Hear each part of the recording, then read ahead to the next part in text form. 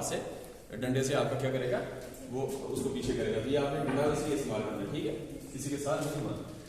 इसी तरह 20 से 30 मिलीमीटर करंट गुजरे तो आपने क्या करना है, ये आपका लंग्स का सिस्टम, सांस का मसला बन जाएगा। तो सांस का मसला है तो ये भी फर्स्ट एड के हवाले से आप स्टूडेंट्स खुद भी कुछ एक्टिव हैं तो ये 1122 वाले प्रैक्टिस करवाते हैं जाके, उनसे रब्ता करें और उनसे स्टूडेंट जो एक्टिव है थोड़ा, तो इस तरह इधर वर्कशॉप अरेंज करवाएं, किसी टीचर से मिल लें और उसके साथ, तो ये वो करते हैं साथ। और हार्ट अटैक नॉर्मली अभी हार्ट अटैक बहुत ज़्यादा हो गया, तो हार्ट अटैक में आपने उसको अस्पताल जाने से पहले जो प्रोसीजर है वो खुद कर सकते हैं। तो रेस्पिरेटरी सिस्टम इलेक्ट्रिक शॉक से हो या वैसे हो, तो वो आपने उसको वो रिकवर करने के बाद वो जरूरी होता है, ये बस थोड़ा सा टाइम होता है के बाद।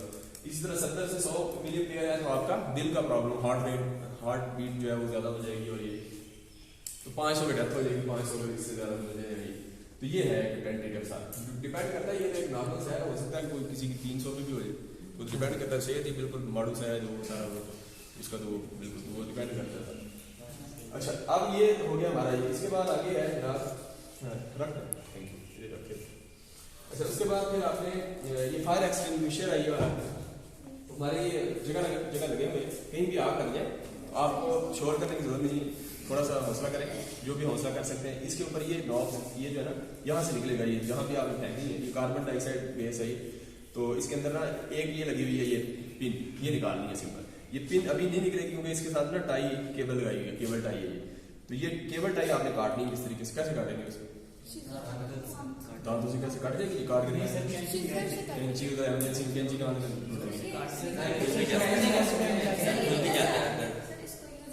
नहीं, ये तो निकलेगी लेकिन इससे पहले वो केबल टाई लगेगी, इसको दबाएंगे तो खुद ही कट जाएगा। नहीं सर, शॉपिंग मॉल पे जो टाई करते हैं तो शॉपर्स कैसे करके काटना पड़ता है, इसकी बात नहीं, इमरजेंसी में तो कैंची नहीं मिलेगी ना, कैसे काटेंगे, काट के रखे हैं वो कह रहे हैं। एक्सपेरिमेंट नहीं, ये इमरजेंसी की बात हो रही है, आग लगी अचानक, करें आप करें, कैसे करें, ये नहीं होगा। तो आपने ये पिन असल में निकालनी है, केबल टाई लगी है, केबल टाई को आप काटें, आप किस तरह काटेंगे, इसकी प्रैक्टिस किसी के पास है प्रैक्टिस इसकी, कैसे काटेंगे, ब्लेड कैसे लाएंगे, ब्लेड से इसको इमरजेंसी में कोई होश नहीं होता, ब्लेड से नहीं मिलेगी, तो इसको आप फिर इसको उतार ही दें, कैसे काटेंगे, पेन शैन या कोई हार्ड चीज हो जिसको अंदर डालें, जिस तरह चाबी होती है, चाबी से काट जाएगा, काटा है अभी काट गया, चाबी मेरे से, चाबी मेरे से, आज ये लोग उसको कटेगा हमसे, काटे चाबी मेरे पास है, एक दफा काट सबको होंडा वाली बड़ी वाली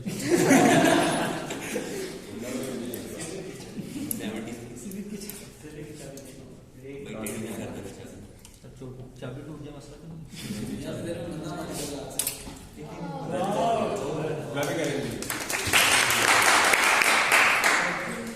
टूट गया, बस इतना थोड़ा सा जोर लगाया इन्होंने, टूट गया, इसका अंदर टूट सकता है।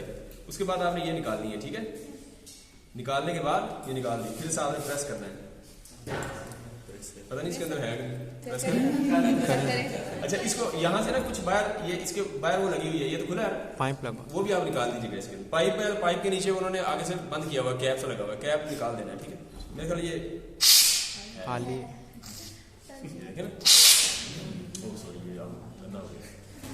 चले, अच्छा है, अच्छी प्रैक्टिस हो।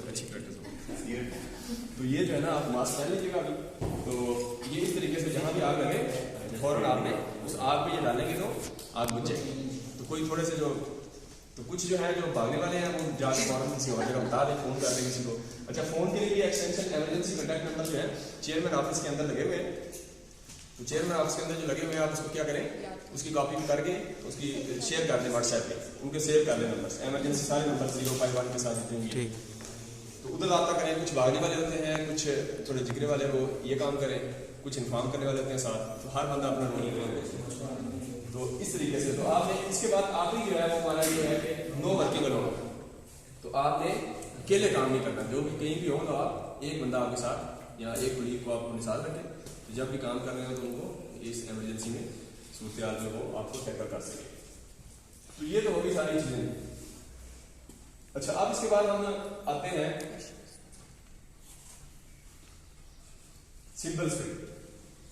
तो सिंबल्स, ये सारे सिंबल जो है इनका जरूरी सारे सिंबल्स कुछ पूछे सारे भाई एंड गेट का क्या सिंबल लिखना है या फ्यूज का ये एंड गेट है, इसको डिफाइन करने की जरूरत नहीं है, इसको ना करें।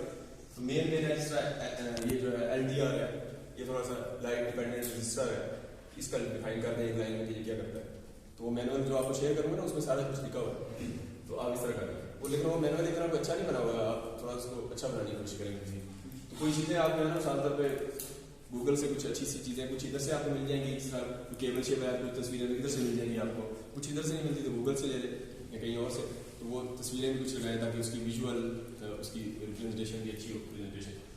तो इसके अंदर आपने क्या करना है बड़ा, तो ये सिंपल है। फिक्स रजिस्टर का है, फॉर एग्जांपल वेरिएबल रजिस्टर है, थर्मिस्टर है। थर्मिस्टर का आप लिखते डिफाइन करने की करने की जरूरत नहीं है, रजिस्टर का बताइए। थर्मिस्टर का लिखते हैं LDR लाइट डिपेंडेंट रजिस्टर है, लाइट के साथ इसकी रेजिस्टेंस चेंज होगी, ये लिख रहे हैं। पोटेंशियल मीटर है, वेरिएबल आप करने के लिए स्टेट। और इसी तरह डायोड है, एंड ये LED लाइट एमिटिंग डायोड है। इस तरह फ्यूज है, जनरेटर का सिंबल है, मोटर का है, ये लैंप का है, ये लैंप का दूसरा सिंबल है, ये रेगुलेटर का है, इन आउट और रेफरेंस पॉइंट रेगुलेटर का है। इसी तरह डिफरेंट सर्किट ब्रेकर यूटिलिटी का और इंडस्ट्री का डिफरेंट है। सिंगल आयर डायग्राम जब इंडस्ट्री में इस तरह के नजर आते हैं आपको CP।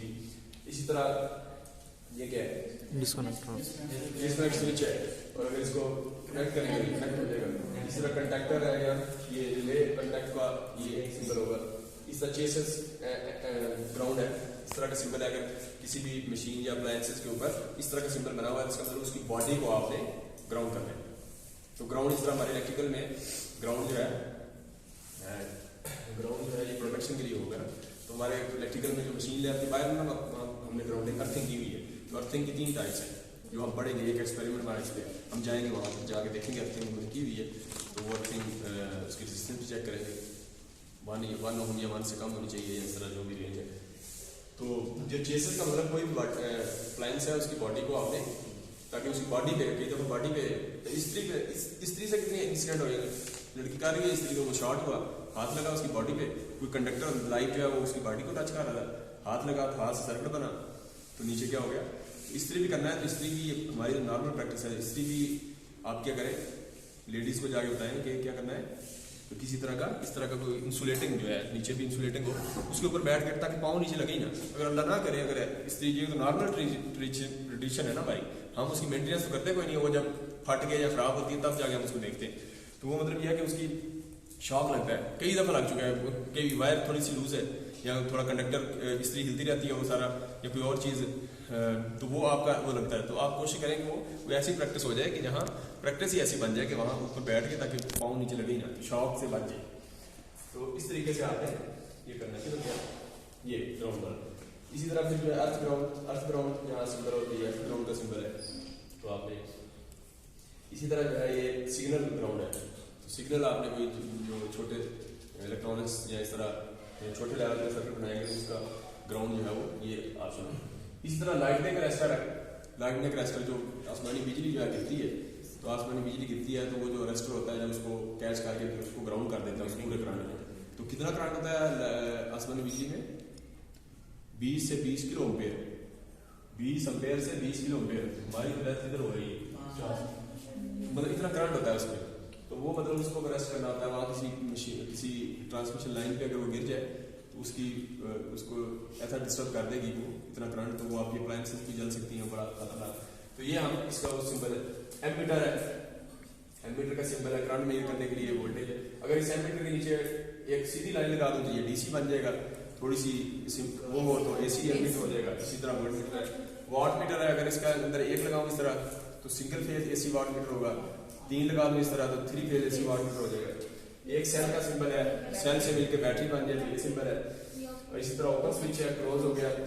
2 कंडक्टर आपने कनेक्ट किए हुए हैं तो ये इस तरह डॉट लगाएंगे, नहीं कनेक्ट किए हुए आप ये इस तरह उसको बाईपास करेंगे।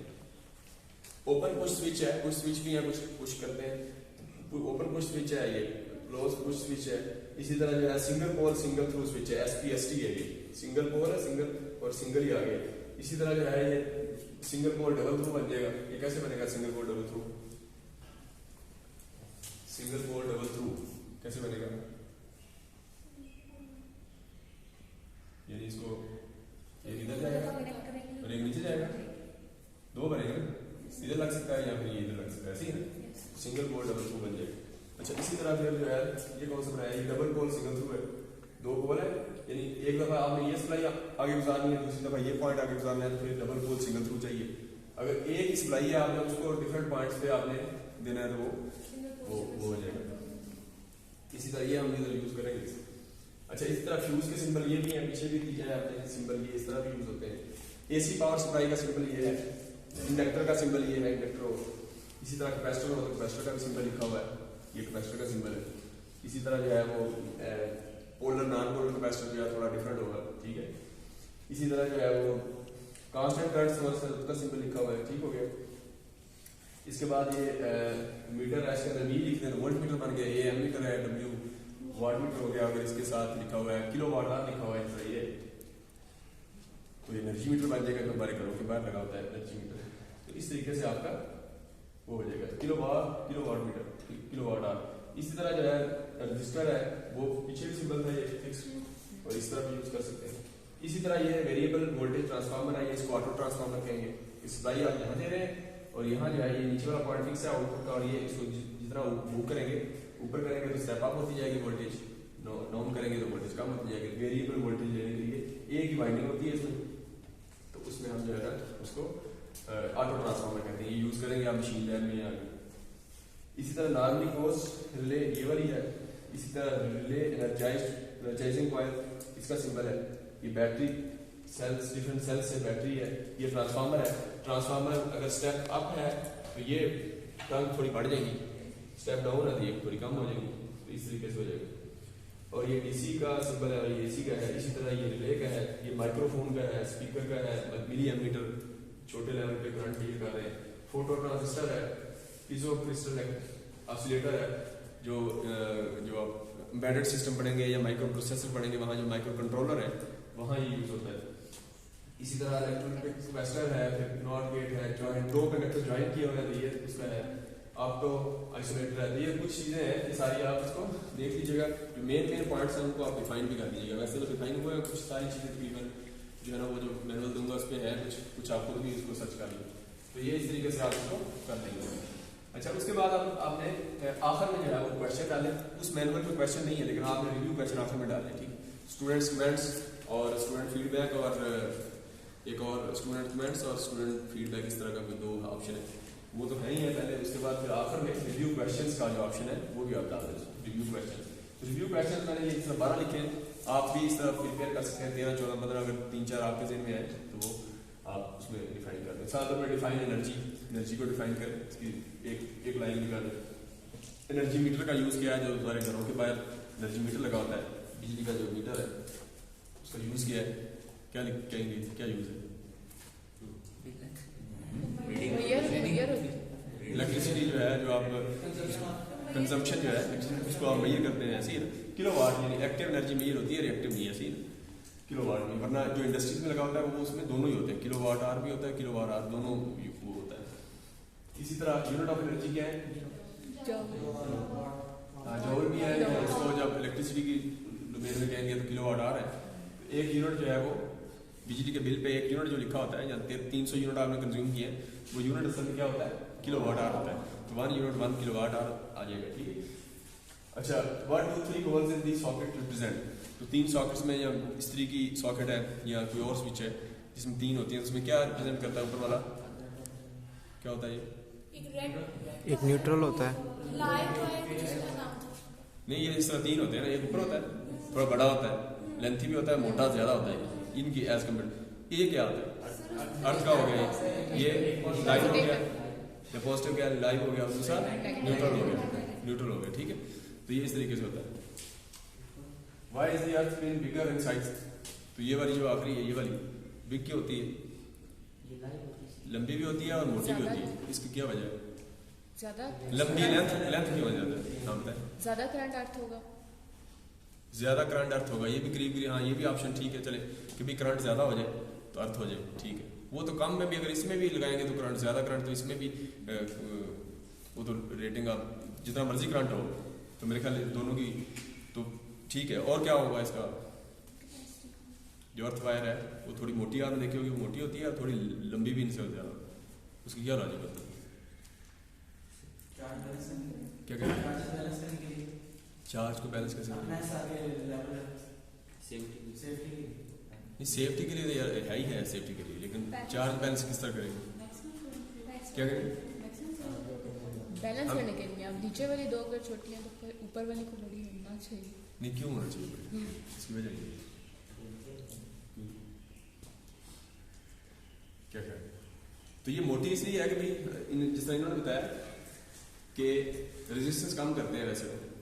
दूसरा इन्होंने ज़्यादा करंट भी ठीक है चले, लेकिन दूसरा ऑप्शन ये है कि हम इसकी एरिया बढ़ गया ना इसका, तो रेजिस्टेंस कम हो जाएगी, ये फार्मूला है। तो करंट ज़्यादा पास, तो रेजिस्टेंस कम होगी तो करंट इजीली फ्लो हो जाएगा, क्योंकि अर्थिंग में मसला ये है कि अर्थिंग में हम यही करना है कि जल्दी करंट फ्लो हो जाए ताकि जो है ना आहिस्ता आहिस्ता ना हो, समझ आ रही? तो ये इसका एक फ़ायदा ये होगा, ये मोटी होने का फ़ायदा होगा। लंबी होने का क्या फ़ायदा?